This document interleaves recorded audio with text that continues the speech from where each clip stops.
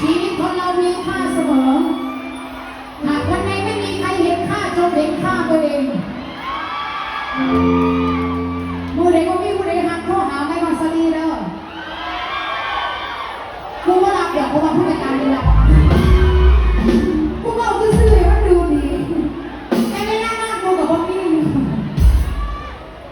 นั่นแสดงว่าเวลาที่เราเป็นอะไรขึ้นมาให้รักตัวเองให้มากๆบ่มีมองไปให้กลับบ้านเขาเด้อบอกมาแล้วก็กินฮอดบ้านกินฮอดพ่อกินฮอดแม่กินฮอดลูกกินฮอดเต่ากินฮอดฟูงด้วยความจำใจบ้านนางเฮียนดอกนางมาหากินตามหนาพ่อได้ใส่ดอกขาแรงตื่นขึ้นมาย่างมาเศร้า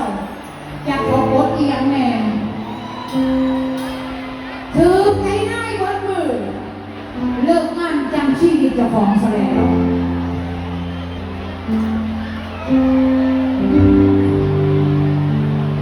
ชีวิตข้างนอกก็คือจำกันนะ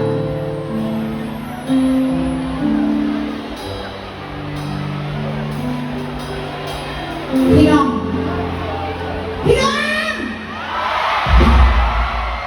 สักอย่างเลยวะเดี๋ยวแก้วทุกคนขึ้นมาจำไว้เสมอว่า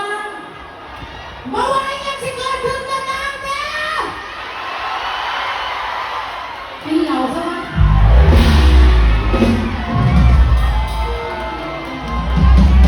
ของพระจะมองรถถ้าแจกเราก็ว่ามาแล้วก็มากินน้ำมันเยอะ